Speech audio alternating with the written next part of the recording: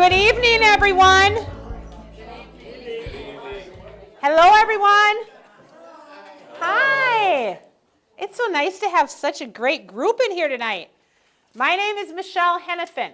I work with Horizon Health. We are in central Minnesota, so if you've ever been through Little Falls or Piers, that's where we're located.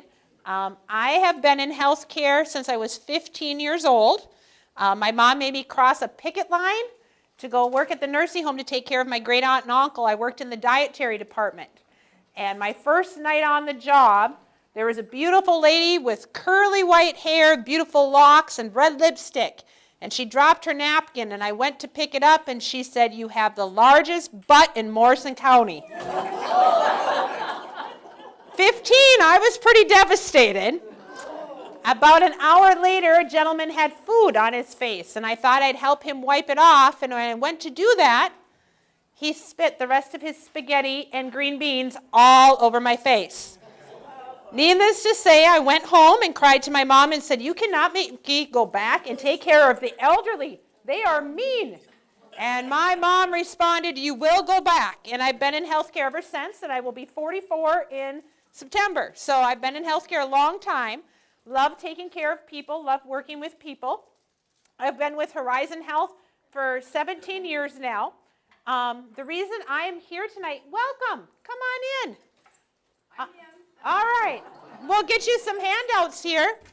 I've been with Horizon Health 17 years. The reason I'm here tonight is we got a grant from the state of Minnesota, and with that grant, we are able to come and give a free presentation to you guys tonight.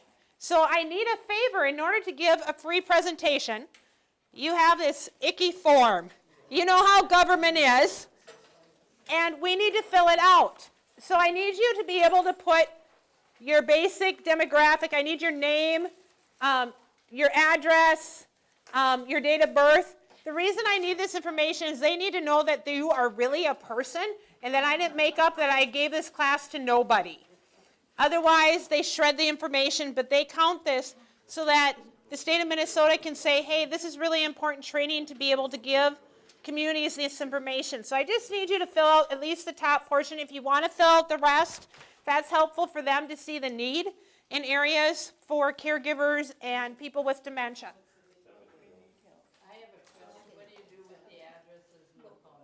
They just shred them, but they need to know that this is a legit person. So if you put that you live in wherever, it's fine. It's just that they need to know that this is really happening. That I was really in Forest Lake.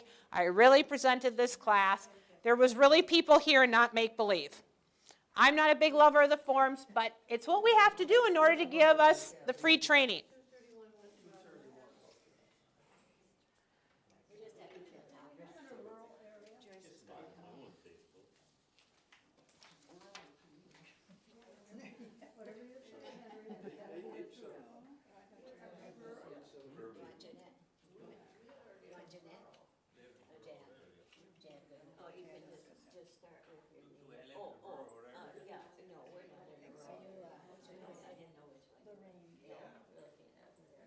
And when you're done with the form, I'd appreciate it if you just put it in the middle of the table. We'll pick it up at the end of class. And your signature at the bottom is the other important thing. Right at the bottom down here is the part for signature. If you guys could please sign it.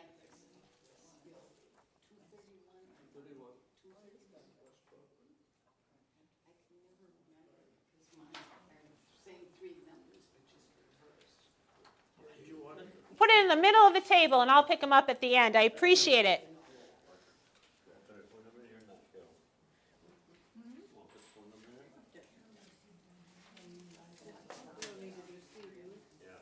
Nope, just the top part if you want. You don't have to do the other part. And just make sure you sign it at the bottom so they know I didn't fake the names up on top, and it's your signature.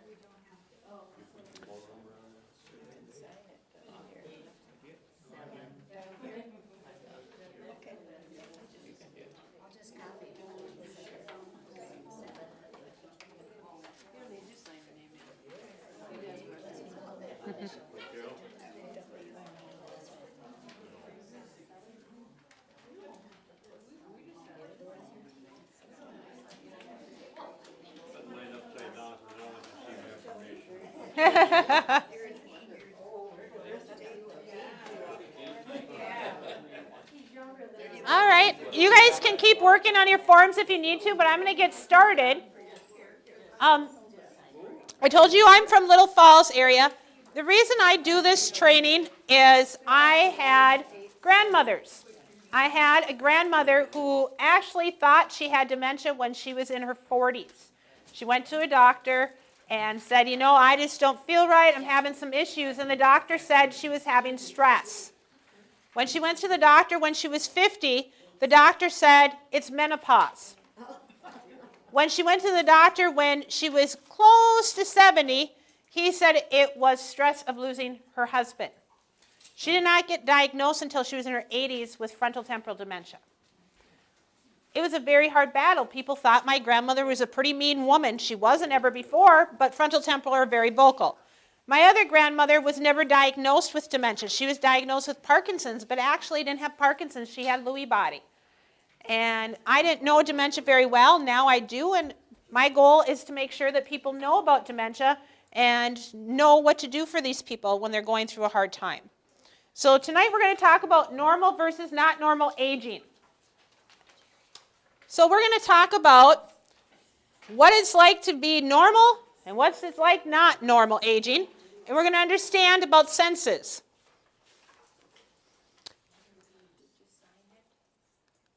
So we're going to start the night with a little role play.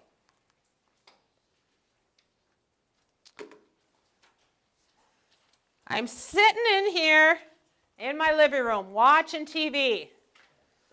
God, I could go for a cup of coffee. I walk to the kitchen and ring, ring, ring, ring, ring, ring, ring. Well, hello? Of course I know who this is. It's at the tip of my tongue now. Oh, Jan. Yeah, Jan. You want me to go to the mall? Well, of course, I know that store. It's where the Pennies used to be. Yes, Pennies was in there first. Yes, it was. Oh, she's such an idiot. Yes, Pennies was there first. Oh, we're going to go to the candy store. Well, you'll have the caramels, and you know me. Yep, I like that white flaky stuff, dipped in that white stuff. Yeah, chocolate-covered coconut. Yep, that's me. Yep.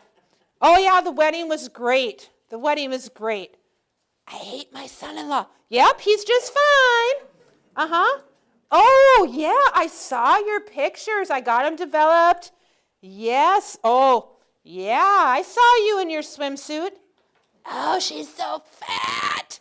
Oh, yep, wait till you see them. Uh-huh. Well, yep, I'll see you at the mall later. Ta-ta. Bye. What did I come in here for? Phone rang. What did I come in here for? I was in the living room over here. Coffee. That's what I went in there for. How many of you are a little nervous that that's not normal aging? Did anybody start getting a little, oh God, that's me, oh crap, oh no. Anybody know anybody that does this? How many of us in the room do it? Absolutely. You can take a deep breath. It's normal. It is normal. We are definitely normal aging. Have you seen others in your life doing this? You're going, ha, they're having it too. That's okay. Why do you think this is happening? Well, I think it's because I'm allowing myself to try to multitask. I've got too many things going in my head. Oh, this is a smart woman up here. What's your name? Ask Roger. It's Looney. Looney. Well, she said that there's a lot of stuff in your brain. You're trying to multitask. You guys are going to learn today our brain can't hold that much information anymore as we age. Even me, I can only withhold so much information before something goes bye-bye. Oh, I was supposed to pick up kids. Really? I guess I forgot. I was distracted. Distracted. Yeah. How many of you noticed when I was performing that little skit that your breathing started going, oh my God, that's me. I really shouldn't have came to this class because now I feel a lot worse. I should not have been here. Why did I come? Yeah, when we start getting worked up and thinking, oh my gosh. It gets worse. It gets worse, absolutely. My children, I have 4 kids, decided to play a joke on Mom because I'm a jokester. They hid my reading glasses for 3 months. I actually thought I had dementia. I'm looking all over the house and trying to find these glasses, and they kind of had a good chuckle out of that one. But it gets your amygdala going, and we start worrying. When we get anxious, do you notice it's hard to think? So I want you to just practice with me taking 3 deep breaths. Let it out. Bring it in. Let it out. Bring it in. And let it out. What would happen if we did that when we were stressed? Our anxiety level would go down. Would it be easier to concentrate? Yeah. How many of you do that when you're upset? Oh, awesome. Awesome. I'm not a city driver, so I came from Little Falls today, Piers area, and I get to 35, and I'm like, take a deep breath, take a deep breath. You can do this. There wasn't much traffic. I did very well, but you have to take those deep breaths. So there's 5 ways we take in information around us. Why do we need to know that? Because we have a way we prefer to take in the information. We like what you see, what you hear, what you feel, what you touch, what you smell, and what you taste, okay? Visual data. It's all around us, right? You saw signs up that I was coming to teach all of you today, right? You had the visuals to sign up, do things. It's what we prefer. We want to see things. You guys have that beautiful lake here. You want to look at things. You want to see things. It's what we prefer first. But when you have dementia, it's really hard sometimes to pick up everything that's going on around you. The next one is auditory, what you hear. It alerts our vision. If we heard a fire truck behind us, automatically you're going to do what? Look out your window to see if it's behind us first, right? Then you're going to pull over. If a phone rings in here tonight, how many of you are going to look to see whose phone it is? We do that, right? What do you think people do a lot? How do we communicate? Do we do a lot more visual things or do we do a lot more talking? What do you think you do more of? Talking. We do a lot of talking. You guys will find I could talk forever. I've already talked for 2 hours straight today, and I get to do another 2 more hours. And that's okay with me. I could do it all day. My husband's going to be so happy when I come home and I'm not talking. You believe it. I know it. But the problem is it's hard for people that don't have normal aging to understand all the verbal stuff we're giving. It's really hard. It's a lot easier to wave at a friend than say, hey, friend, and they go, who are you? Who are you? It has less value for people with dementia, and it's really hard. So, we're going to learn about our brain a little bit tonight because it's important as you're aging. We have a left part of our brain and a right part. Our left brain is about right and wrong. It's about math. It's about numbers. Any of you left brain thinkers over here? You have a right and a wrong, all black and white. Anybody else? There's a few of you. Then there's right brain thinkers. They're all about rainbows and unicorns. How can we? It's no big deal. We'll just do something else. Anybody like that in here? Somewhere in between. Somewhere in between. Absolutely. We tend to irritate this side very easily. What side of the brain do you think you lose first if you have a form of dementia, not normal aging? The left side. The left. Yeah, so you're going to lose language ability, but you're going to keep rhythm, keep creativity. Okay? What are ways that we can provide rhythm in our society? Music. Music, huge. What other ways are rhythm? Dancing, bingo. I have a couple ladies that live in my memory care, and they don't want to walk anymore, but it's really important for independence. So we have a wiggle contest every noon in Pierce, Minnesota. My staff put on transfer belts, and I got the women doing their little wiggle as they're going to lunch, and all of a sudden the men are following, and we're doing a little conga line. Is that rhythm? Yes. Yeah, absolutely. How about pounding? Is that rhythm? Yeah. Do I have any gentlemen that ever did carpentry work? Pounding is rhythm, right? Absolutely. All those things provide rhythm. So then we're going to talk about your sensory, your touch. Notice that's not a nice finger, and there's a reason for it. I want you to touch your own hand. Tell me how that feels. Cool. Does it bother you at all to touch your own hand? Okay. Now I'm going to make you feel uncomfortable. I want you to get close to somebody next to you at your table here. Hi. I'm Michelle, by the way. How do you do, Michelle? I want you to close your eyes, and you're going to touch the person next to you's hand, and they're going to touch yours. Are you ready? Close your eyes. How's that feeling for you? How many of you feel a little violated?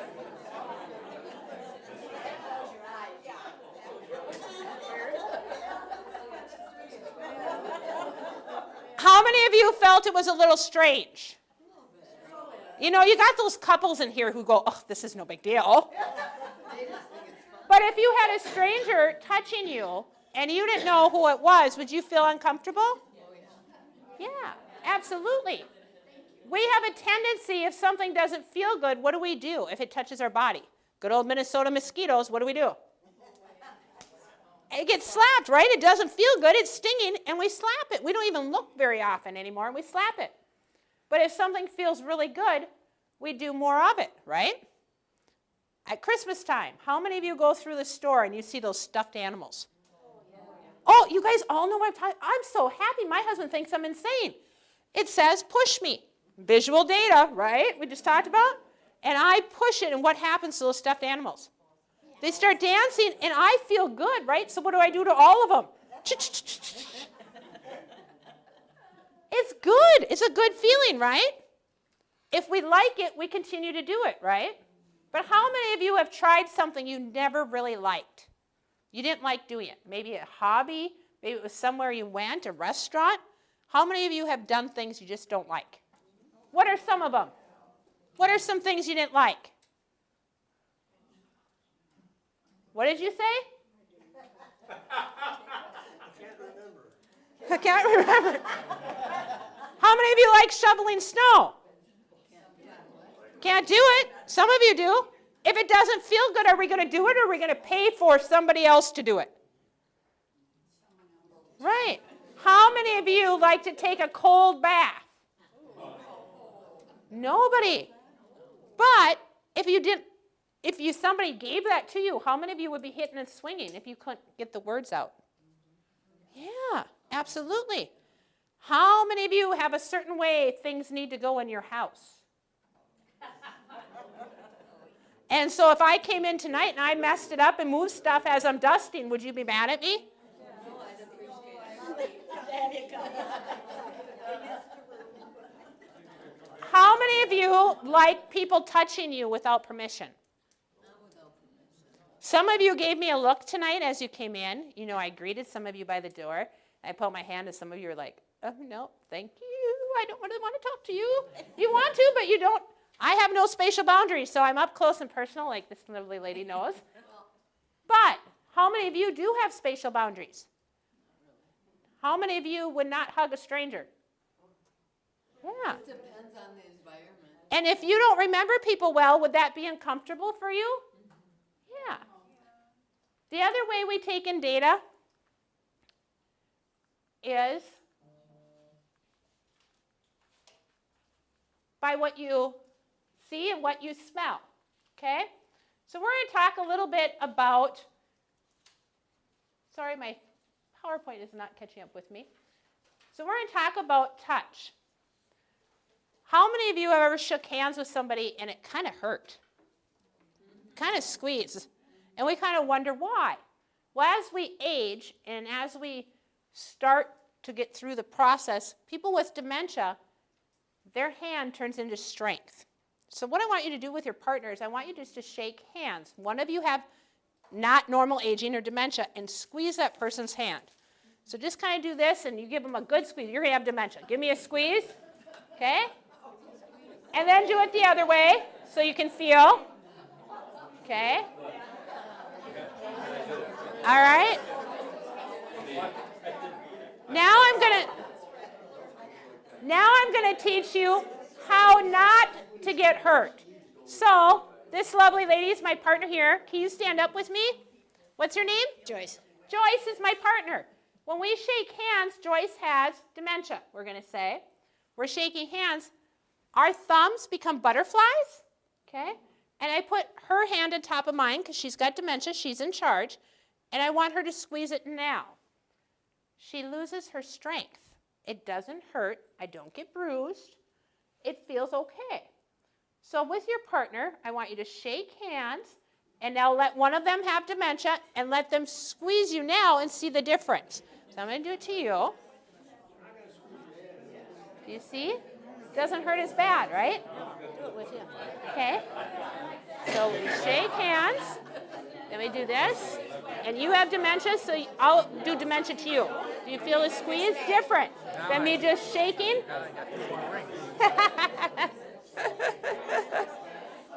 Does anybody need help with that? Sure.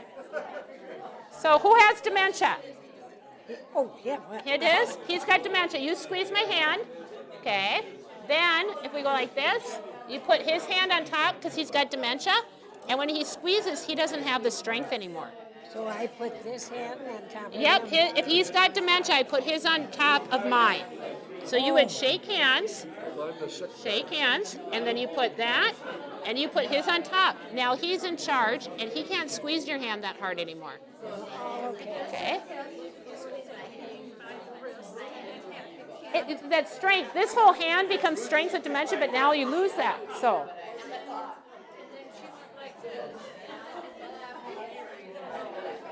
Any questions on that? Is there a difference? Did everybody feel a difference in it? Yeah, we took away that strength, and it's a lot easier. It's the easiest way to greet people. I do it with the teenagers. I have twins, that are 17, and it works too with them because you got pretty big, strong boys that can squeeze your hand pretty tight, and it works really, really well. Why would you put the dementia person or people that are not normally aging on top? Any idea why we'd have their hand on top of ours? They're actually in charge. They feel in charge then, empowered. Even though we're not saying they're in charge, they feel it that way. Okay?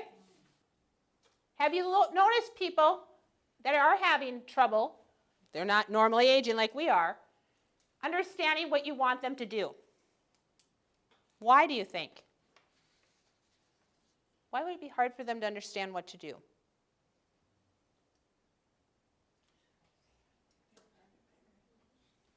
Hard of hearing can be at times. Memory would be part of it. Wouldn't it? Memory, yeah. They understand 1 out of 4 words we say. So we're speaking way too much. But if we visually say, and come sit here, and not say a word, they'll come sit. But if I open my big fat trap, they may not understand a word I said. So it's making sure, yes. The other thing is to keep it simple. Less words is more. Less words is more, absolutely. It's very important. So we need to understand that there should be no touching until you've done a visual greet with people. Now, I work with Teepa Snow. She's from North Carolina, and she picks on me a little bit because Minnesota has a way to wave. Do you know that? I come from central Minnesota where all the farmers, everybody waves, and we do a big wave. Right? In the trucks, ha-ha! She said that's really hard for people to see when they're aging. She said, they're paying more attention to your hand and don't see your big mouth. So she told us to tone it down and visually greet by using your hand like this as a pointer and to point to your mouth. And it works great. You're giving them a visual cue. Hey, I'm going to talk to you in a second. So I want you just to wave around the room. Do a visual greet. I had to tone it down. We're now North Carolina people.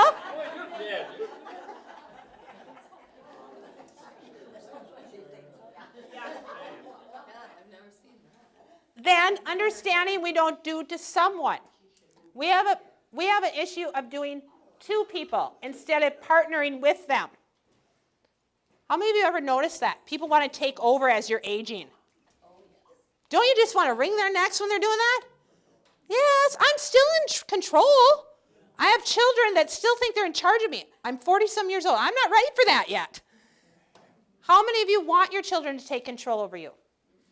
No, you kind of want them to partner with you and understand that you may have OCD habits and everything goes in a certain spot. Dementia robs skill before robbing strength. So they rob people of the ability to button their buttons, to zip their zippers, to be able to write with a pen. Sometimes those things. And sometimes it's not dementia. It can be other kinds of aging. So we talked about this a little bit. So curiosity versus safety awareness. When you were a kid, which did you have first? Curiosity or safety awareness? Curiosity. Absolutely. You put everything in your mouth. You ran around. You didn't care. Who was in charge of safety? Mom and Dad. Absolutely. They had to make sure they were running around like crazy over you. Did you get hurt very often when you were a kid? Sure. But did you really go to the doctor much? No, absolutely not. You were well padded and insulated. I had twins. One was 3 pounds and one was 4 pounds, a boy and a girl. Brought them home. They could fit in those little cradles that kids push around, those little strollers. My daughter was the tiniest of them. She just started crawling. She got her finger slammed in those old wooden doors. It came out like paper, these 2 fingers. There was nothing there. I'm squeezing and there's nothing. I'm crying. I rush her to the ER. And the doctor comes in and starts laughing. And he said, give it 20 minutes. I said, really?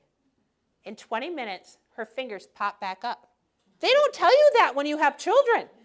$500 bill to be told, hey, it'll pop back up. It works with kids. But if you have not normal aging, which do you lose first, curiosity or safety awareness? Safety.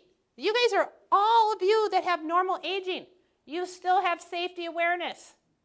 You know you can't just sit on the table, right? You came in here, knew how to pull out the chair and be careful as you sit. You knew to take your cane with you or your walker. You didn't forget it. Safety awareness you lose first, but you keep curiosity. So do you ever see somebody that doesn't have normal aging kind of wandering around? Kind of roaming, checking things out. All of a sudden, you see them stuffing pens in their purse, right? Because it's everybody's. They live in this household now.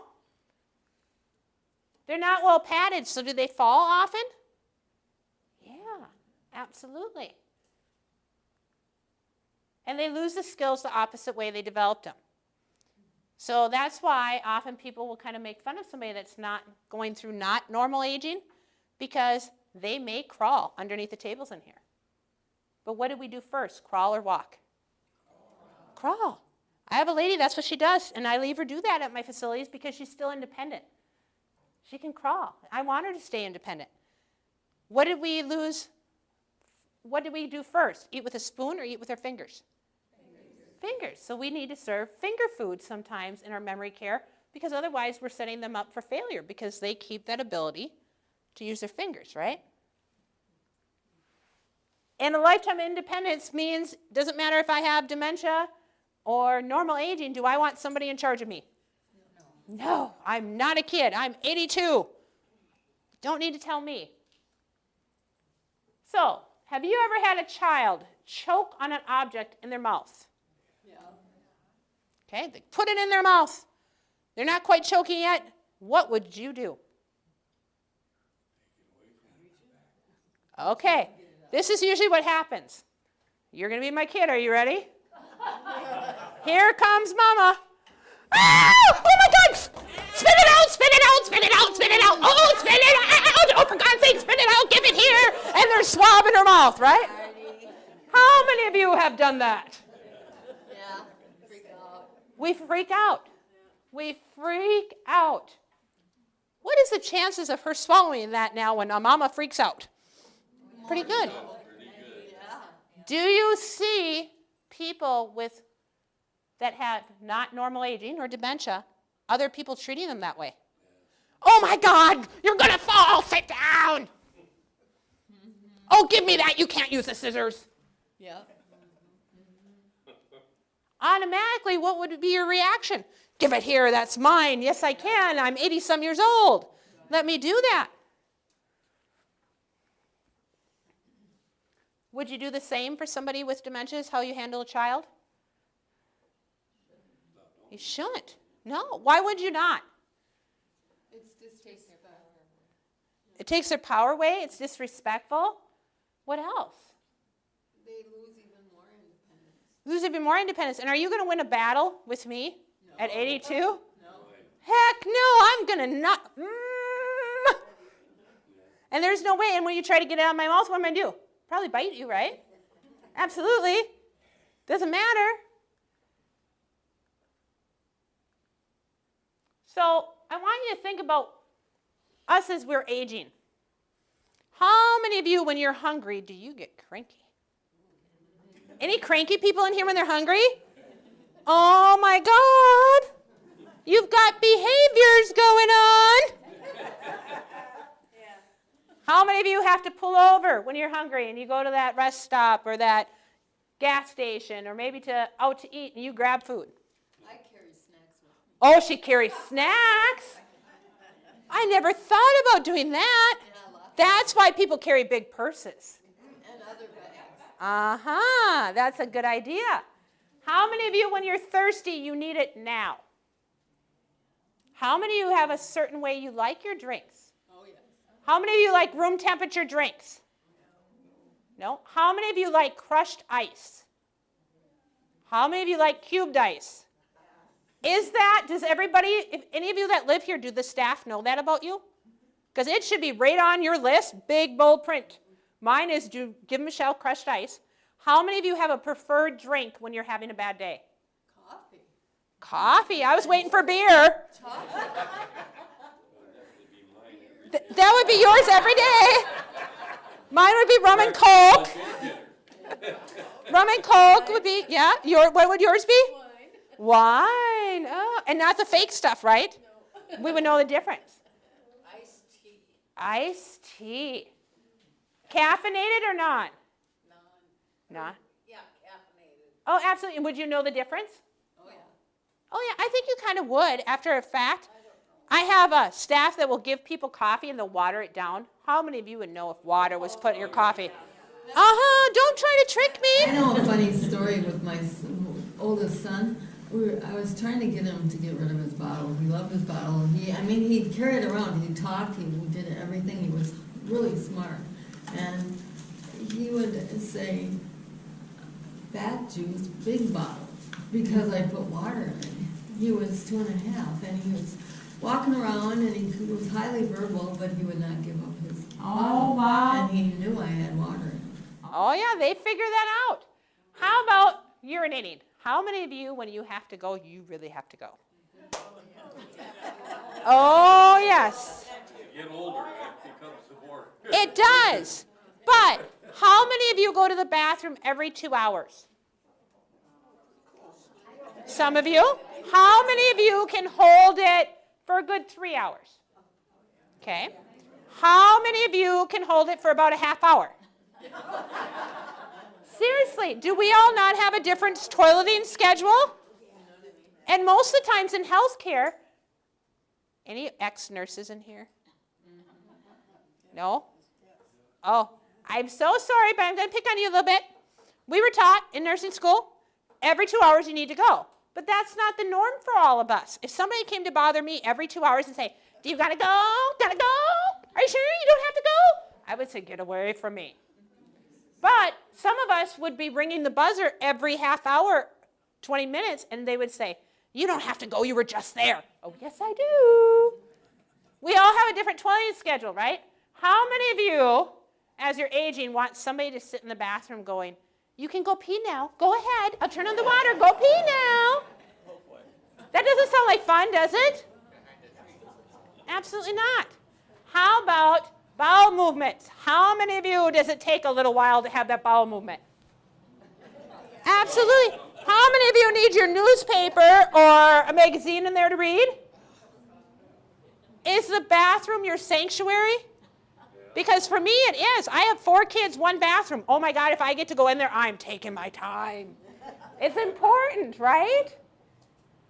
Those things, could they irritate you in a given day? Sure they could. Sure they could. The next one is temperature. I have to pick on this table over here. I'm not naming any names over here at this table. But they've been in here before, Pam, and you've had it cold. I'm just saying. Is that important to all of us what temperature a room is? Yeah, absolutely. The same thing with what clothes we wear. How many of you have that certain shirt? You know, the one that makes you look really good. And you probably wear it once a week, if not more, maybe every day. We have that. The same thing with people as they age or they have dementia. A lot of times they're in trouble because the children say, Mom wore that shirt 3 times this week. We all have that. We have that one that we like, right? The other thing is our heart and respiratory rate. When we get worked up, do you ever fear it's getting harder to breathe? Oh my gosh, you're arguing with your spouse. Any of you argue anymore, by the way? A little bit? And all of a sudden you catch it harder to get your breath because, oh my goodness. Our limbic system also fights infections. If we are not feeling good, how many of us are moody? Yeah, leave me alone. Do you want to get up in the day if you're not feeling good or in pain? No. You want to sit on the couch. How many of you have a routine when you're not feeling well? Maybe you have a certain thing to eat, certain thing you have to drink. You have that blanket you cuddle up with. Any of you have a certain routine? Yeah. You go to bed. Alone? Generally, not always. We have those routines. The last one is your wake-sleep cycle. How many of you are morning people? You have to get up real early in the morning. A few of you. How many of you would like it if I told you, no, you need to go back to bed now. Breakfast isn't served until 8 o'clock. It's really annoying. It is a kind of annoying, right?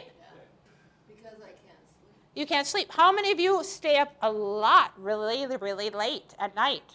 Any of you? Oh, wow, we got some party animals here. That's good. What's late? What's late to you guys? What is late?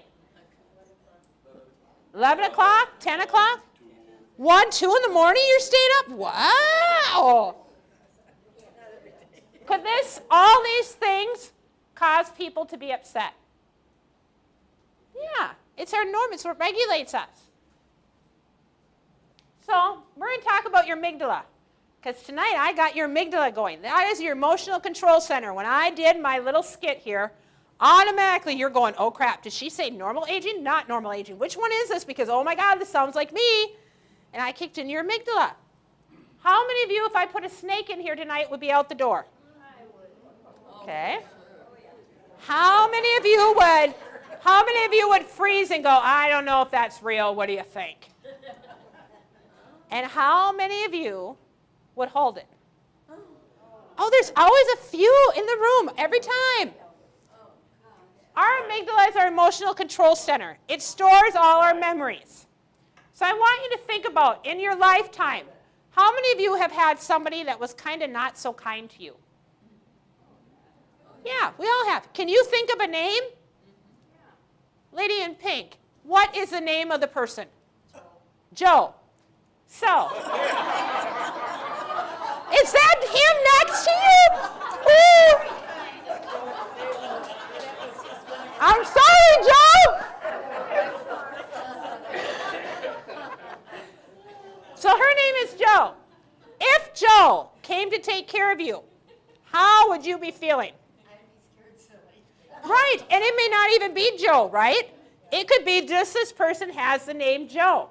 We all have that. That triggers our amygdala. All those emotions we've had from the past are kept in this amygdala. So who was mean to us? Maybe it was a situation. Have you ever thought, oh God, I went through this before? And you know your reaction. I'll use it with teenagers. They get dumped from a boyfriend. What do they do again? The same thing they did in the first relationship. And they go, oh, maybe I shouldn't do that again. It takes a while for us to learn our lessons, right? It's kind of our emotional control center. It decides fight, flight, or fright. It's highly sensitive to people's nonverbals. When you came in tonight, if I would have said, yeah, welcome. Welcome to class. Would you probably stayed with me? Probably not. Probably not. And when I was walking through your memory care today, and if I would have said, oh, my God, look at these people. Do you think they would welcome me back or kept me for training? Probably not. It's highly sensitive to our nonverbals. So I want you to think about something. How many of you are people that do not like conflict? Oh, my Lord. No conflict. You don't want to fight at all. All right. You are one. What's your name? Jan. We're going to pick on Jan. Does everybody want to pick on Jan? Jan does not like conflict. So I want this table to point to her and say it's your fault. And all of us are going to pound on the table, okay? On the count of 3. Are you ready? 1, 2, 3, go. All right, stop. Jan, how were you feeling? Did you notice how she covered her ears and she's like, you need to stop. I think she was going to hit the people at her table. She was getting pretty close. When we don't like things, it's really hard when we're put in situations where we don't like conflict. Oftentimes in facilities, you will see people pushed in front of a TV or pushed in front of bird station, and they're stuck watching things, and they don't like conflict, so they hear the telephone ringing. They hear the staff going, oh my gosh, I got to work a double tonight. They hear the buzzers ringing, and that can be really irritating for people, right? They don't like that conflict. The next one is how many of you are worrywarts in here? Anywhere? Oh, yay! Absolutely. Lady in blue at the back, by Joe, I think it is, right? You're a worrywart. All right. So we're going to pick on her. You ready for it, Joe? All right. Back table that's sitting with her, I want you to keep going, oh my gosh, oh my gosh. All right? And all of us, I want to go, all of us to do beep, beep, beep. Okay, ready? Are you ready? On the count of 3. 1, 2, 3, go. Beep, beep, beep, beep, beep, beep. How are you doing? How are you doing back there? I gotta go home with her, remember that. Sorry, Joe. At least you're not going home with her. She really doesn't like you. So how are you doing? Was that frustrating? I was kind of trying to tell him he's not doing what he's supposed to do. Oh, she was more concerned, got to get on the roll. People that worry about things, oftentimes, how many of you worry about the bills? You worry about who's at the door. You worry about things being just so if you leave. I had one lady in the other class who was worried about making sure her underwear matched with her bra. Do we worry about those things? Clean socks. You know what Mom said. You might be in an accident. You have clean underwear, clean socks. If you worry, do you think you'll still worry when you have dementia or not normal aging? Yeah. You stay because that's how you cope with things. You worried all your life. You're still going to worry. Just as if you don't like conflict, you're going to avoid it and try to get away from it. The last group is how many of you are fighters? How many of you are verbal? You say something to me, oh, it's okay, honey, I am too. Be proud. Yes. If somebody says something to you, you're going to respond. Do you think that's going to change if you're not aging normally?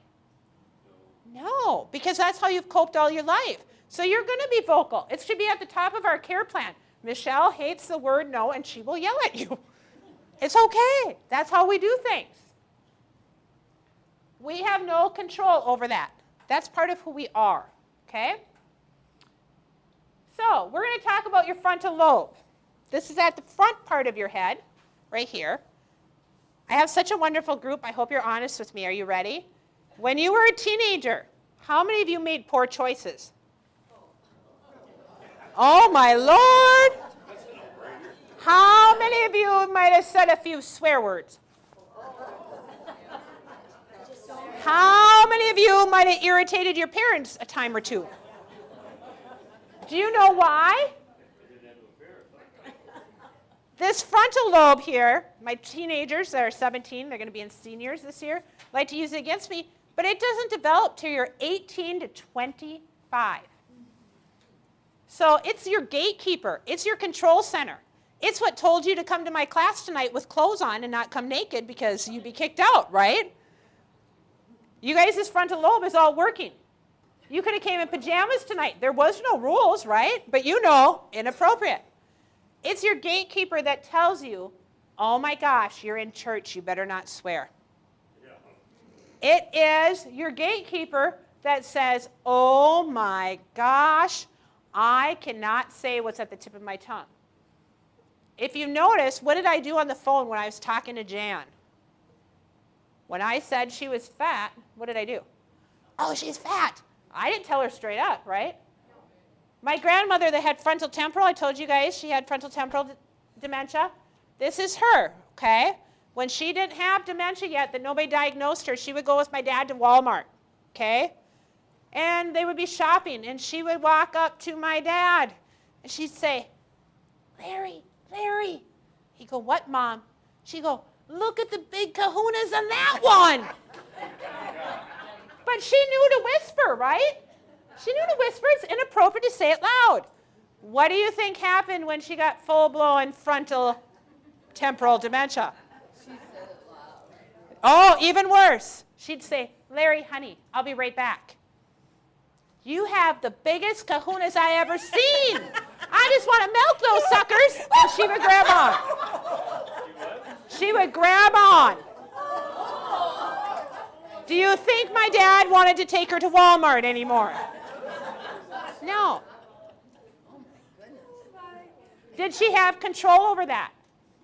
No. She would look and she would tell her grandkids. She would look, Michelle, you put on a little weight, didn't you? And I would feel awful. And she goes, well, you know it's the truth. You don't have to get so sad about you're the one stuffing your face, aren't you? That frontal lobe is our gatekeeper. It tells us not to say things to people. If we have a healthy brain, it's working pretty well, right? We know, okay, do not say this to my friend, even though she is a little chubby in that yellow dress. Okay? Questions on frontal temporal? Okay. So what is normal aging? You can't recall a word, so you describe it. How many of you describe things? Yeah. It's really hard, isn't it? As we're aging, we're going, oh, you know that thing. Oh, my gosh, what is her name? I was so impressed. I walked through the facility today, and I'm actually thinking I should move here because the people that are in assisted living, independent housing, they knew my name like this. And I'm like, oh, crap, what did they say their name was? I'm so focused on training the next thing. You all were very good at names, very good. People need time to process information. Go slow. How many times do we look at each other and we forget to go slow and give them time to catch up? You see tonight, I talk very fast. I need to slow it down sometimes because it's very, very hard. We're slower to think as we age. How many of you notice that? What should I do today? And about 2 hours later, you go, I really should do something today. What should I do? So I want you to put your hand at the back of your brain. This is where your vision is.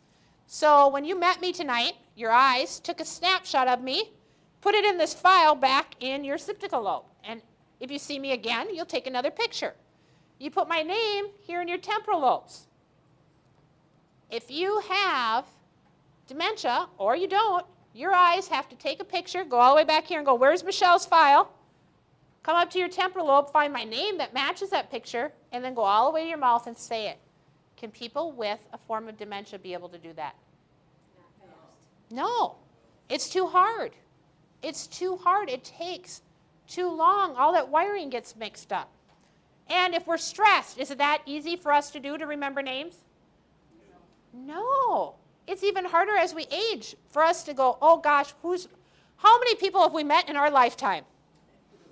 We have an excuse, you know. So our memory slows as we age. 0.5 to 1% a year after we reach age 25. Wow, huh? Does that make sense why we can't remember things? At 40 to 50, we start noticing the change. Like me, I'm writing notes. Our short-term memory is those things of what just happened. How many of you remember what you had for breakfast this morning? Good. How many of you don't think you even had breakfast this morning? Long-term memory. How many of you remember when you got married, what the day was like? Or maybe your career? Yeah. All your wiring in your brain had to work to get it to work. Our working memory peaks at age 25 and then goes downhill. Why they waste it on the young ones, I have no clue. Because think about it, we shouldn't need that, don't you think? And why waste it on those college kids? They can go to college later. We need that information. And our working memory can only work and remember 5 to 8 things at a time. So when I got to the kitchen, I already had other things on my mind, and when that phone rang and she's talking to me about all this stuff, I forgot coffee. How many of you do that? You go all the way to the store, and all of a sudden you get home and go, oh crap, I forgot the bread. Or you're shopping, you get out and go, where is my car? I do that. Parking in the same spot every time does work. You will remember. Normal aging is slower to do. We do to-do list. How many of you do that? Then we lose them, right? Uh-huh. Normal aging is we hesitate more. We walk in the room and go, We're more likely to look before we leap. How many of us just leap? Some of us, because it's our personality. How many of us know the person but can't find the name? Yeah. I think I had that in my 20s. I'm not good at names, never have been. But that's normal aging. How many of you are feeling much better? Going, that's me. That's okay. What is normal aging? You may pause when you're word finding. New data reminds you of old stuff. How many of you remember where this certain store was and it's not Starbucks or Caribou Coffee now? That's where this place used to be. So how do we take care of people or work with people that have normal aging? How should we greet somebody with normal aging? Hey, who am I? Do you remember what my name is? Who am I? Come on. Oh, she's got dementia over here. Should we try that one? Would that work? Wave. She's got it. Minnesota wave. And also say your name. Hi. My name is Michelle. I'm the best person here in this place. I'm your friend. Whatever. It's okay to do that. If someone seems to be looking for a word, what is a great option? Should you fill in the word or should you give them some time? Time, absolutely. How many of you get irritated when somebody finishes it for you? You know those spouses you got. You know. What are you saying? Do you mean this? It gets irritating. Silently count. Give them some time to come up with it. If you want to remember more than 5 things, what would be helpful? Write them down. Absolutely. And if you ask me how to get somewhere and I'm older, what might I do when describing directions? Which building was there? Landmarks. Absolutely. It's those landmarks. I told you today I'm from Little Falls, in between Brainerd and St. Cloud, because that's kind of my landmark. We're in the middle. Now, some of you might have heard of Thielen Meats. We make good meat there, but some people don't know that. Any questions on normal aging? Are you feeling better? Great. So are you ready to learn what not normal aging is? All right. So we're going to test you on dementia first. So you need to find a partner. If somebody doesn't have a partner, you let me know. Anybody not have a partner?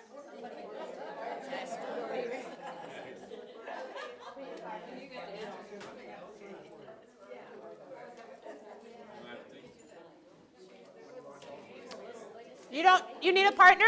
You need one? Pam, do you have a partner? Will you be one of their partners? Okay. All right. In your partner group, you will need one speaker. So decide who is going to be the speaker. If you're the speaker, I want you to raise your hand. Okay, we need to quiet up so the speakers can hear. Speakers, raise your hand because you have a job to do. Your job is you're being tested to see if you have dementia. Are you ready? No. You need to name animals. Do you know what animals are? Yeah. Are you sure? Okay. The other people, you are listeners. So I need you to take that white piece of paper I gave you, and every time your partner names an animal, I want you to just make a little mark on the paper. Okay? Just a little check mark. But this is a test. And I've kind of seen that this group is a little rowdy. And they might cheat because they know it's a test. So, if this... Oh, there's some here. There should be. Oh, no. Oh, I'll get you some. If somebody says up here, elephant, by the way, speakers, I gave you one, elephant. And this one over here says elephant right after. Hers does not count. She's cheating. Listeners, you also have to be listening to see if they say the animal more than once. If they start out with elephant and end with elephant, it doesn't count. So you got to be pretty smart, too. Okay? I want you to watch for patterns. I also want you that when they're naming, we're healthy people, right? We figured out we have normal aging, right? So you should be able to name animals like this. When you start going, that bushy tail thing, we need to leave a space, okay? So, any questions, speakers? Are you okay and confident that you know animals? How many are we supposed to name? It's a test. We'll see if you pass. You got to name them like this, my dear friend. Listeners, any questions? Yes.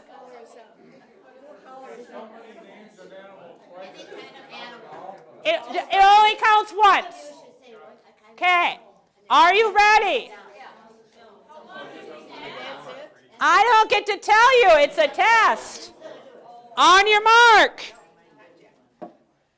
Get set. Go.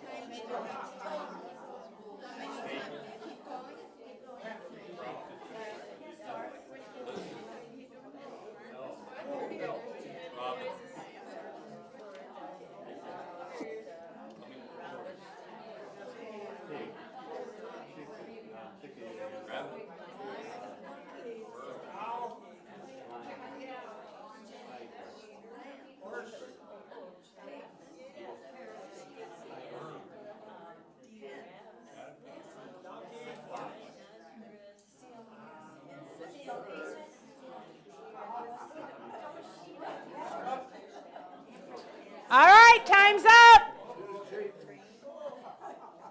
Listeners, I want you to count how many animals they named. I say we can count it.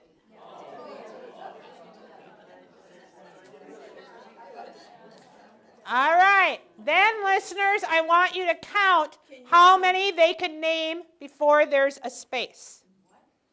So remember I told you to leave a space when they started describing an animal or couldn't name them fast? We're going to get there. Okay. I'm a little worried about the numbers from what I'm seeing. I thought we agreed we had normal aging here. Any of you in a little bit of a panic mode thinking, oh my Lord, I really shouldn't have came to class now because I really am not feeling good and confident. So, you can sit down. So, when we did this test, those of you that were speakers, when I said go, how many of you thought, oh shit, what is an animal? Anybody? How many of you started to panic? How many of you couldn't hear in the room and you were getting edgy? Your amygdala is kicking in like, shut up, I'm trying to hear, be quiet. I couldn't say because All these animals are going. Okay, the reason we did this today is because I want you to think about it. Any of you have children in here? Okay. How many of you are a little nervous about children taking you to the doctor's office and saying, hey, this is my mom, and I think she has dementia? Because I know what my grandma went through. She got dropped off when she was 80, and she got brought in. The kids all said, she's got dementia, we know it. And the doctor goes, oh, we'll give her a test. Now imagine, is the doctor's office quiet? No. So she's sitting there, phones are ringing, child next door is screaming, just had a shot. And the doctor starts questioning, well, you do know, if you have dementia, I might have to send you to an assisted living. And she panicked, and he starts asking her questions. I want you to name these 3 words. We're going to come back to these 3 words in just a little bit. What year is it? Who's the president? And she said, some stupid black man. And she failed, okay? It is really scary to be tested. Does your doctor know how well your brain is working right now? No. Do they know how well your brain was working when you're 40? No. What's happening is when you go into the doctor for these tests for dementia, a regular family doctor, a lot of people that are not highly educated or stressed are failing and they don't have it. And people that are highly educated pass it and they do. So there's a push across the whole United States right now that in the quietness of your own home with somebody you trust, not Joe, you name animals for 1 minute. Because if at age 60, you can name 28 animals in a minute. And then when you get to be 72, you can only name 5. Do we have a problem? Yeah, you can be an advocate for yourself because what's happening is no doctor knows how well your brain is working when you're normally aging compared to when you're not.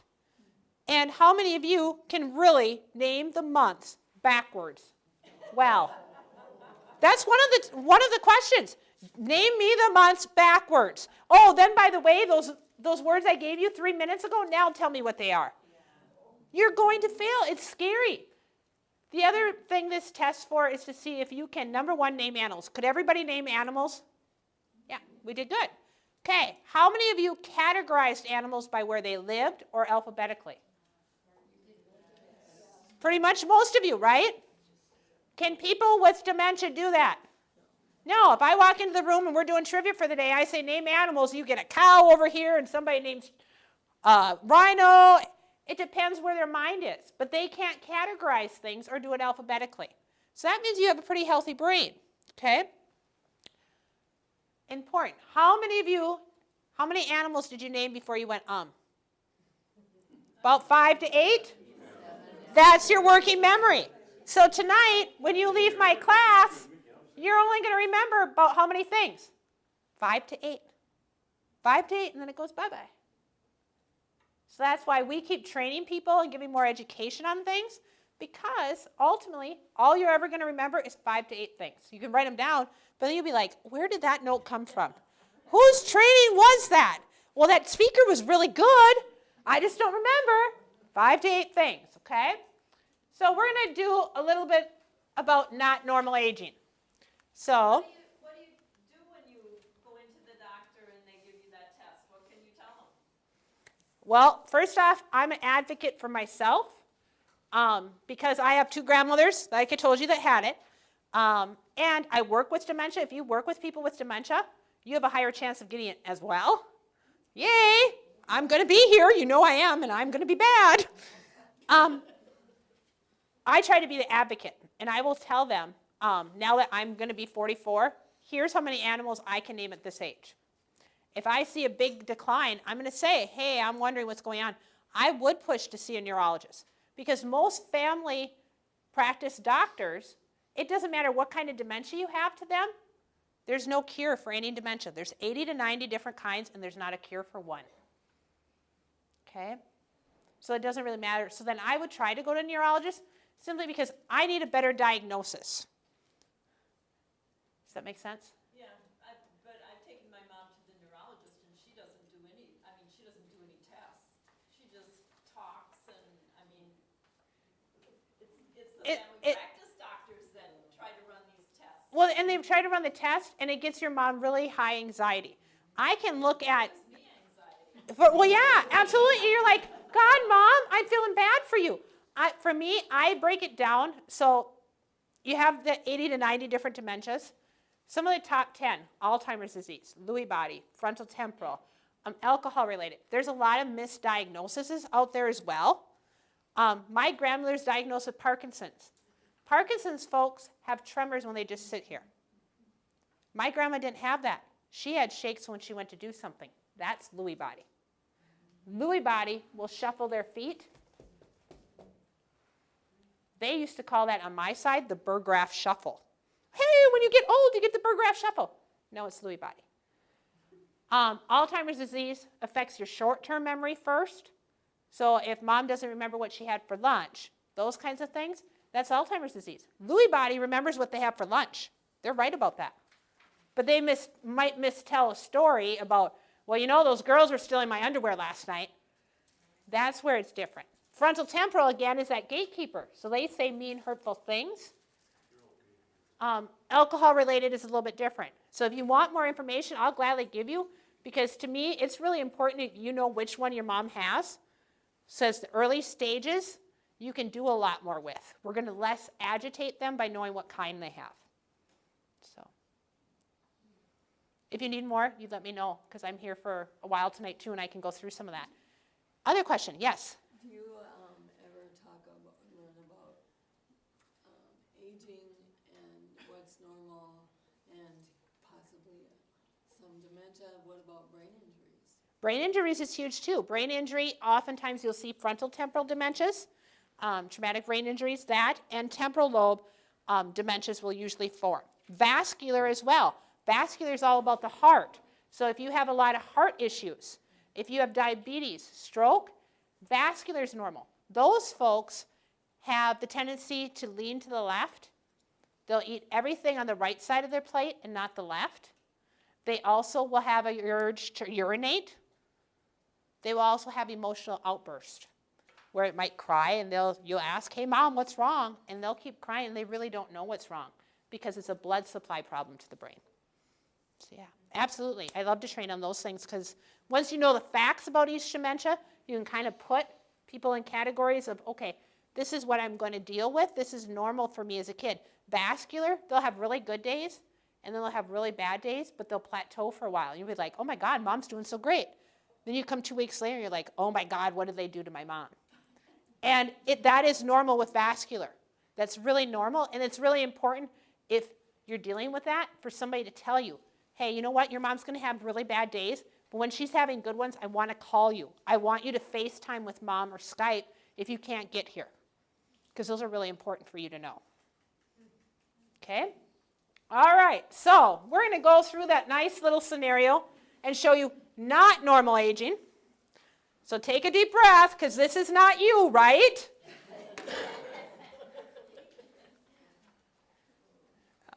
Whoops. All right. Well, my dang clicker, come on. See, it's tired tonight. Okay. Oh, see? Somebody's messing with me. Okay. All right. Is it you guys messing with me? All right. All right, so I'm sitting in the living room. It left me, that's fine. Watching TV. Oh, I could use something to drink. Ring, ring, ring, ring, ring, ring. Hello?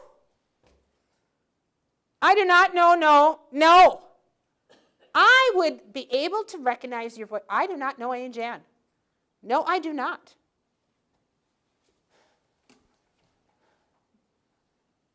Well, maybe. Maybe I know you. Yeah. Yes, I know where the mall is. I am not the one with dementia. It sounds like you are.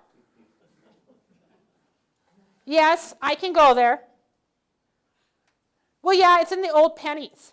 Yes, there was Pennies there. Well, na. I'm so tired of you being mean to me.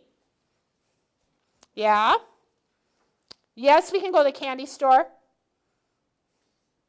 Yes, you like caramels, and I like those brown, hairy ball things. The stuff that melts in your mouth and just, you know what I'm talking about. Well, yeah. Yeah, I seen the wedding photos, but you sure looked really goddamn fat in that yellow dress. Well, I'm not trying to be mean. You did. Oh, my God, your hips are wider than a cow. I can't help it. Maybe you start watching Days of Our Lives and all that. Oh, yeah, that bikini. Oh, my Lord, that bikini. I don't know where you got that bikini, but, girl, you need to throw that away. Yeah, I'll be there. Yeah. Well, you don't need to cry about it. I'm your friend. I'm just being honest. Yep, bye. What did I come in here for? Oh, yeah. Oh, my God, who stole my toilet paper? Was it you? Yeah. You got to give it back to me. Where is my toilet paper? Oh, my God, I'm going to the store. Yes, bring the semi in. I need 800 loads. Yep. I am hiding them underneath the bed. Nobody, you're not getting my toilet paper no more. Does that sound like any of you? Ring, ring, ring, ring, ring. Hello? No, you never called me to go to the mall. You don't even care about me. You didn't call me.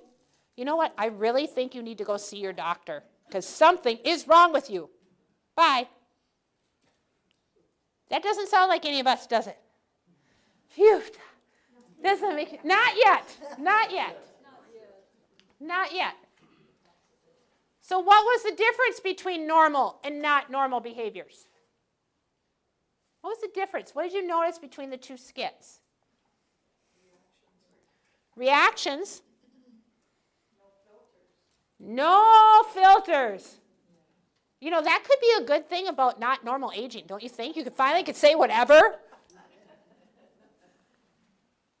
Could I hold more than 5 to 8 items in my working memory? No, I was all over the place. Could I recognize the person on the phone? Nope. Could I use the data they provided with me on who was on the phone? No, it took quite a while. Could I hold on to any new information? Nope. Could I use the old information? Not really. No. Could I find words very good? No, I didn't use very many nouns at all, did I? Those brown, hairy bowl things. Could I control my impulsive speech and ideas? No. And was I able to recognize strong visual data when I saw all this toilet paper underneath my bed? No, I just kept putting it in there, right?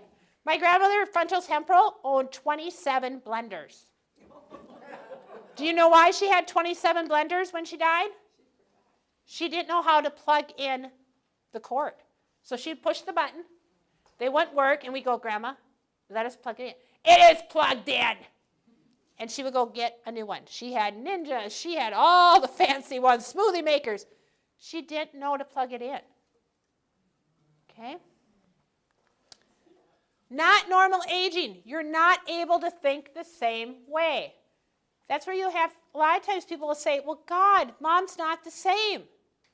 It's really hard to think the same way she used to because her brain is damaged, okay? They're unable to do as they used to before. You may hand me a crochet hook and I don't remember how to get it started. Okay, I know I like the yarn and I like the feel, but I don't understand. Hard to get started on a task and to get stuck in a moment of time. Have you ever seen somebody scrape their plate and continually scrape it and there's no food there? That's often alcohol-related dementias. Also strokes, people can do that. They don't know when to quit. I have a person who would brush their teeth all day until I tell them that's enough because they don't know how to. People with dementia have a hard time quitting a task. Then are unable to think things out loud. Think about things. Be able to think it through and go, oh yeah, I was in here, I need coffee. They didn't even remember that they wanted coffee. They're unable to successfully place a person. But what do we often do with people that have dementia? Who am I? Who am I? Come on, Dad. That's frustrating. It's a lot easier if you came to visit your mom. I would say, hey, Mom, it's Michelle, your favorite daughter. Because with somebody with dementia, are they going to know you're not their favorite? You're going to get the good mom. Every time you come, if you do that, I can guarantee you. I was one of the worst grandkids. Grandma used to be pretty rare with me because I didn't have a filter. I was a teenager. And as soon as she got dementia, and I would go, I'm your favorite granddaughter. Boom. I got the best hugs in the world because they don't know. They really don't know. Words won't come even when you give visual cues and verbal cues. It's really hard for them. They're confused between the past and the present. Somebody walks into your room at nighttime with a flashlight. How many of you would think there was a thief in your room? Absolutely. How many of you, if somebody dug in your closet without permission, would think people are stealing from you? Pretty scary. And their personality or behaviors will be different. My grandmother was a pretty quiet person. She was married to somebody who was more vocal. Now when she got frontal lobe, boy, did her mouth go. I like taking her to Walmart. Can you imagine the reactions of some of those people? It was kind of fun. Dementia is brain failure. The brain is dying. There is no cure. Of all the 80 to 90 different dementias, there is no cure. Okay? But dementia is just a group of symptoms. If you get diagnosed that somebody says you have dementia, it's just a group of symptoms. That's all it's saying is, hey, you have problems remembering things, you have judgment issues, that's all. It's kind of like saying, oh, well, you got a cancer, but we're not going to diagnose you any further. When you get the diagnosis of Alzheimer's, vascular, Lewy body, any of the 80 to 90, and you can have more than one at one time, that is a diagnosis, okay? And you may not get the right one. In Motley, Minnesota, my people will go to the doctor, okay? They see family physicians, whatever. I have 18 residents. Of the 18, they're trying to claim that 16 have Lewy body. Nah, it's not happening. I can already tell you my house is not full of Lewy body. But in order to be placed in memory care unit, you have to give a diagnosis. So it's the first click. It doesn't matter which dementia because ultimately all of them kill you. So it's easier. But for me, working in memory care, I want my staff to know what kind because everybody's different in that early stages. Yes? Say that again, in order to be When you come into memory care, you have to have a diagnosis of dementia. from a doctor? Yeah, Is that usually. state law? Or what is that? It's just easier for us to put placement, especially if you are getting help with like elderly waiver or those kinds of services, then you can get more help because they're helping pay for your services as well. And memory care is only for people that have memory problems. So, any other questions on that? So, dementia, what is it? It's a chemical change and a structural change. Lewy body is a chemical change in the brain, okay? Alzheimer's disease shrinks the brain from 3 pounds to 1 pound. Okay? Vascular is a blood supply problem in the brain. Frontal temporal affects the front part of the brain. Okay? So every dementia is quite different in how it goes. Alzheimer's disease will act like frontal lobe when it travels the whole brain. It's the only dementia that will go through the whole brain and shrink it. Vascular, it depends where the blood is going and where it's not going. Okay?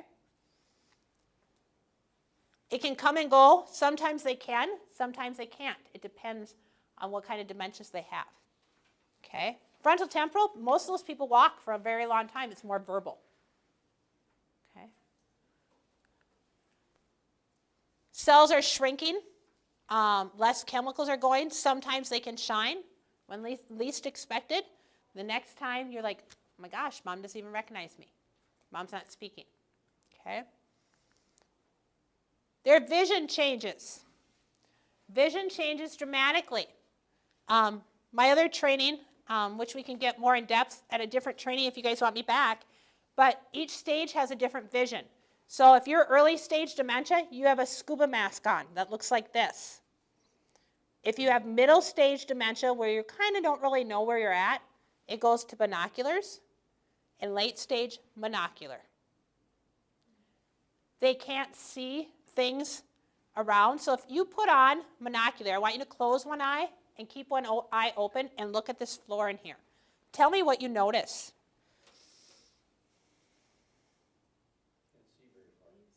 Can't see very hard. What else? Colors. Are they moving? Yeah, the lady said the floor is dancing. That's where we start saying people are saying that people are hallucinating. It's actually the floor and their vision. This is not moving. They're not really seeing, people see bugs and stuff. This is actually, it could be a fall hazard for people with dementia. Okay? Same thing if you look at the light here. Look at the closest light to you. And put your monocular on. Tell me if the light looks closer or farther away. Closer, and you'll have people reaching out in memory care units. And it's not they're hallucinating, they're trying to shut off the light or reach the TV across the room. So their vision changes majorly. They also see things in the middle. Okay? So if they only see things in the middle, we have a tendency to lean into people's space. You guys know I don't have spatial boundaries today. And when we lean in, what do we give people to grab? Necklace, my chest area, and they're listed with sexual behaviors.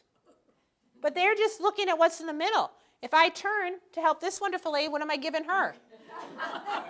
My butt, and she pinches it, but they're curious because what's in the middle, they don't know for sure what it is. So they're touching and going, oh my, oh, that feels pretty good, or oh, that's kind of chubby, right? Depth perception is hard. That's why people are falling a lot, because this flooring looks like it's closer up. And I told her to put my foot down, and now I fall, right? This is normal what people put in healthcare, though, because it hides the dirt. We have it at our facility, too, you know, and we have little specks. We don't have the drawings, but we have specks. It's really hard for my people. It looks like bugs, okay? So we put regular carpeting because if you have plain color, it's really easy. They don't see all these patterns and get confused. They keep long ago memories. So they keep those memories of that high school friend, their first boyfriend, okay? They keep the ability to tell stories. I'm going to give you one that I had just recently here. I had a wonderful lady. She lived with us. She sat at the doorway. And she was waiting. She said, my husband's coming to pick me up. Her husband had been gone 12 years. I went along with it and said, well, good for you. I kept walking. She goes, wait. Don't you want to know why he's picking me up? I said, sure. She said, I'm having his baby. I said, you're having his baby? Well, I'm having a baby, she said. She's 80-some years old. Husband's been gone for 12 years, and she's having a baby. I said, good for you. She goes, I know. I'm showing. Great. I kept walking. Now, if I told her the truth, would she have believed me? No. Was she hurting anybody by telling the story? No. So I start walking away, and she goes, don't you want to know who the daddy is? This is getting great. It was Joe back there. It was Joe. Actually, you know the father of this lovely lady. I said, sure. She goes, I'm having Mark Dayton's baby. And I said, you're having Mark Dayton's baby? Yep, the governor. And I said, and your husband's picking you up? And she goes, yes, he is. I said, oh my God, you are one lucky woman. As we're going along, and I said, oh my gosh, this is great. She goes, wait, you need to come back. I said, okay. She goes, don't you want to know where we're going? I said, sure. She said, we're going to the Waltons to deliver my baby. All day she told the story. She was our greeter and told everybody the story. At lunchtime, do you think she'd come for lunch when the staff asked her? No. So I went up to her and I'm like, man, Jane, no hubby? She goes, no. But would you come get me if I slept with somebody else, if you were my husband? I said, good point. I said, but you got to feed that kid. And she goes, yeah, he's not coming. Would you help me deliver? I said, sure. And she came and ate lunch with us. If I would have corrected her, would that ever worked? No, not at all. They keep emotional memories. The memories of loving somebody.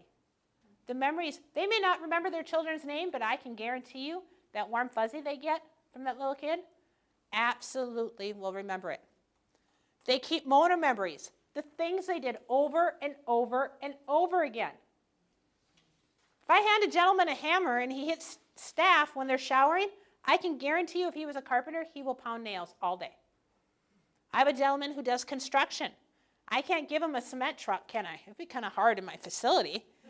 But he carries a bucket, regular bucket that you get paint in it. We put water in it. He has a paintbrush, and he paints my facility. Every day he gets up, he puts his painting hat on backwards. He's got his smock on, and he's painting up and down my hallways. Does that give him purpose? Absolutely. I have another guy who's a farmer. He can't walk very good anymore, but he wants to go to the field that lives across our house where there's corn. I can't do that. We're going to fall. So I fill a big bucket full of corn. I put farm animals in there, you know, the plastic ones. And I put money, because what man does not love money? He will pull out the farm animals, and he'll grab the change, and he'll look around and stick it in his pocket. By the end of the day, he's got pockets out to here. He's been going through that bin for 3 hours. At night, what do my staff do with that wonderful money? Put it back in the bucket for the next day. That's purpose, okay? They keep those things. They also can understand facial expressions. They know if you're happy. They know if you're sad. They can get some nonverbals.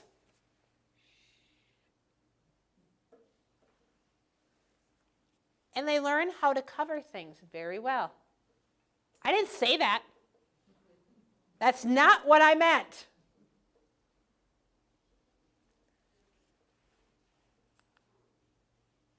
There's areas that are very sensitive, including if they're ticklish. If your loved one was ever ticklish, it's going to be worse when you have dementia. Feet are very sensitive around their mouth. Their peri area, very sensitive areas. They keep motions and actions, the doing part, but they may not be able to use tools. So the ability to feed themselves oftentimes may go, but if you can get them started or let them use their fingers, it's okay. They keep the ability to sing and swear. I would much rather have my mom swearing at me than not being able to talk at all. That's pretty important, okay?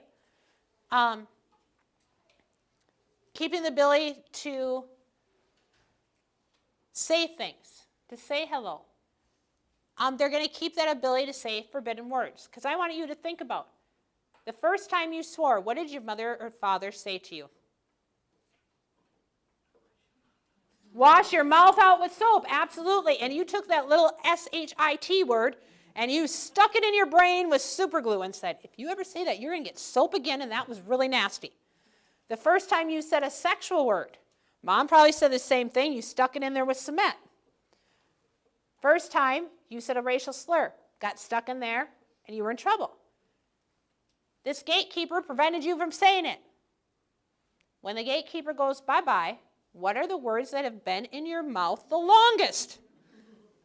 Those words that you were told not to. And mommy and daddy. So you're looking for them, and they all come out. It's not that you're trying to be mean, but those were words that were in your mouth for a long time.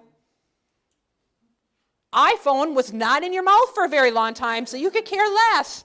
Internet, computer, that's gone. Not normal signs of aging may not always be dementia. If you're hard of hearing, you need to have hearing aids. I'm going to push for it. I'm a big advocate for it because your brain gets on overload. And when your brain is on overload and you have severe hearing loss, you are 5 times more likely to get dementia if you don't get a hearing aid and you don't wear it. It's really important, okay?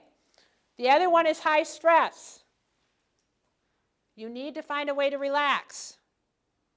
You need to find some time for yourself because that can also act like dementia. New medical illnesses or medication problems. Making sure people know what you're all taking. Okay? Making sure the pharmacy knows these are all the medications I'm taking. Pain can also act like dementia. Urinary tract infections can act like dementia. Surgeries and being put under. Please make sure that you know all the things that could happen when having surgery and having anesthesia, okay? Being a detective and not a judge. It's really important for us to observe people and not judge and say they're doing this on purpose. They want attention. That's not true. There's a reason behind everything that people do.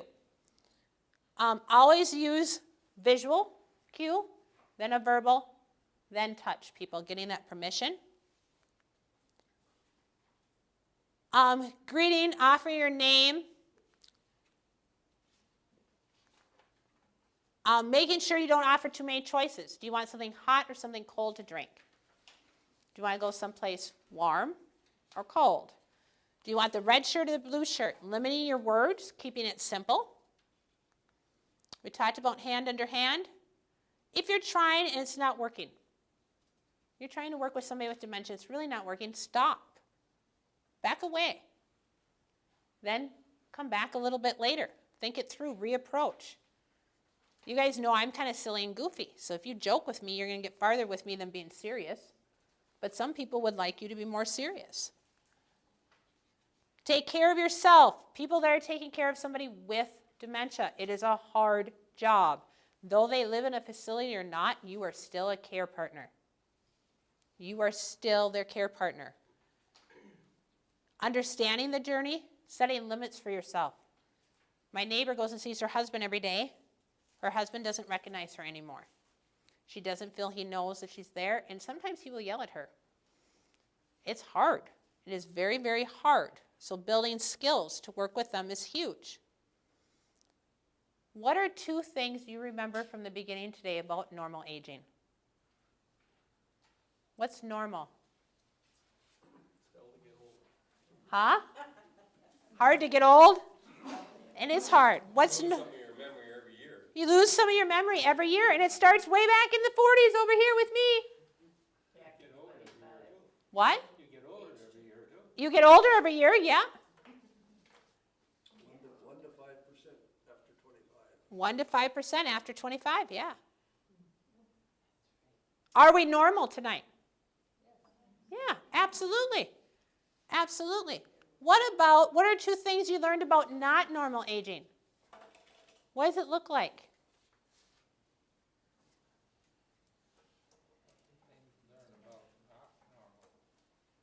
What's some not normal things?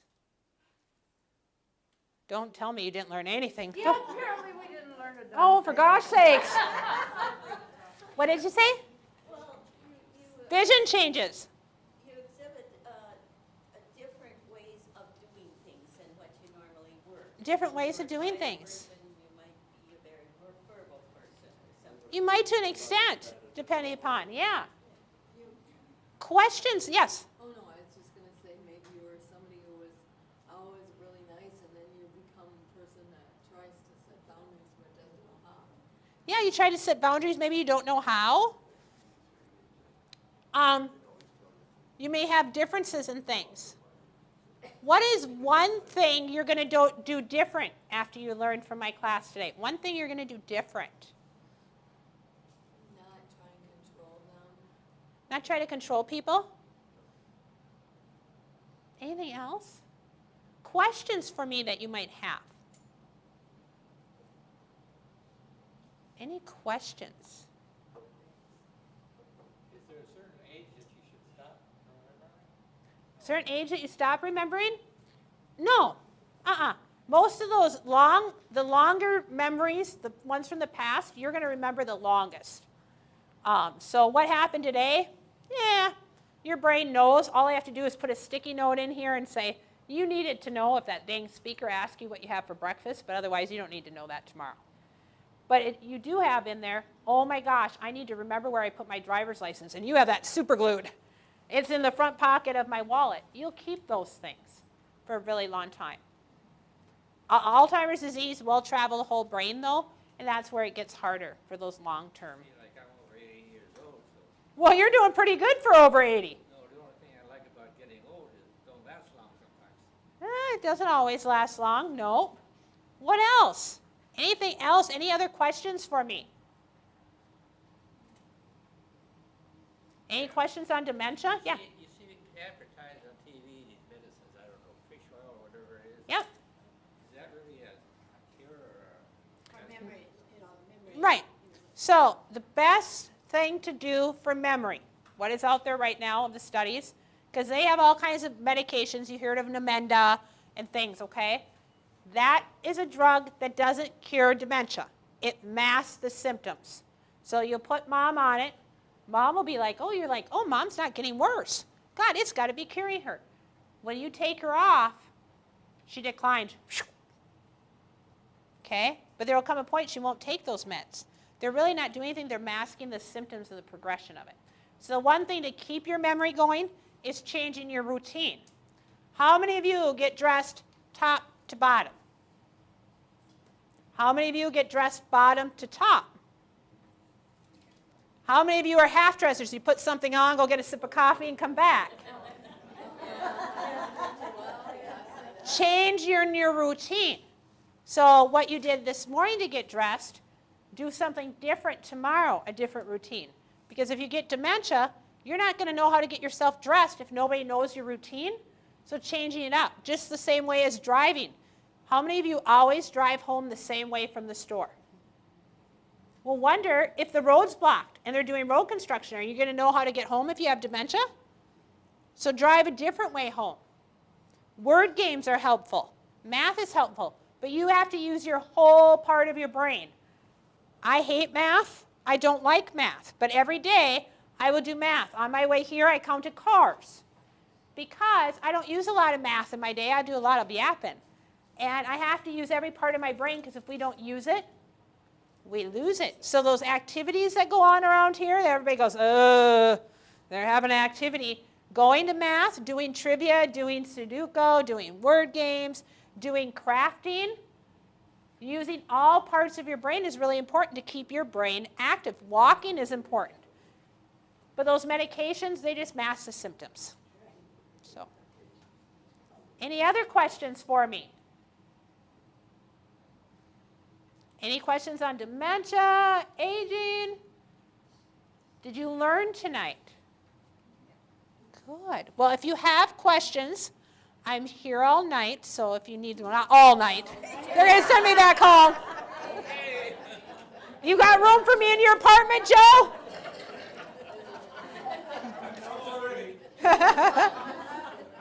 All right, I do have one little activity to do before you guys go home. This mirror. I gave you a wonderful mirror from Horizon Health. The reason these mirrors came about is my grandmothers were not always looked upon. We looked at their disease and not who they were. So we're going to do an exercise with this mirror before I go home tonight. I want you to take your white piece of paper or any piece of paper, and we are going to use our mirror, and we're going to draw a picture. Do I have extra? Yeah. You want to use mine? You can. I can help you if you need help. You're welcome. Do you need help getting yours open? Yeah, I got dementia. You don't got dementia. There we go. All right. You want me to help? You got it? Give it to me. Here, I'll open it for you. Oh, look at you, strong. All right, so what we're going to do with the mirror, can I borrow one of your mirrors? Is I want you to put your paper in front of you, and I want you to put your mirror in front of you. And I want you to tilt the mirror to look at your paper. You can't put your eyes on your paper, just the mirror you get to look at to see your paper. So using your mirror to look at your paper. You can't put your eyes down at your paper. Only the mirror can be looking at the paper. So you're looking at the mirror will show you your paper. Okay? Henry doesn't have a mirror. Oh, does he need? You're okay? You need? Okay. You're going to draw a picture. Are you ready to follow my instructions to draw a picture? Okay.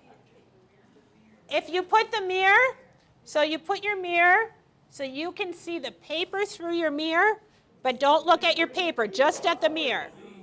Okay? All right. I need you to draw your house in the middle of the paper, wherever you live. Your house. Draw your place of where you live in the middle of your paper. The inside or the outside? The outside of the building. Make sure to put a chimney in the right-hand corner on top.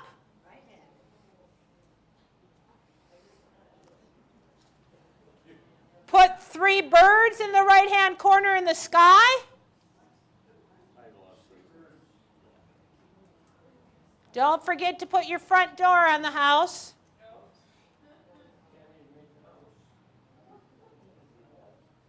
You should have a sidewalk with 4 tulips.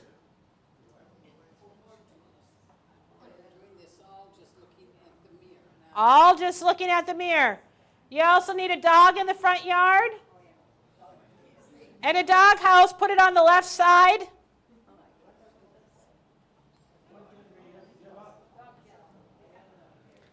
Put a few raindrops coming down from the sky. How many of you are getting frustrated yet? Anybody frustrated? Why are we getting frustrated? You're going too fast. We're going too fast. Too much information. How many of you were putting stuff on the wrong side of the paper? Mine didn't look like a house. What was the question?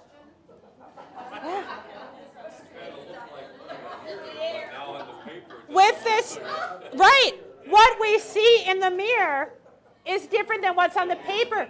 This is how people with dementia feel every day.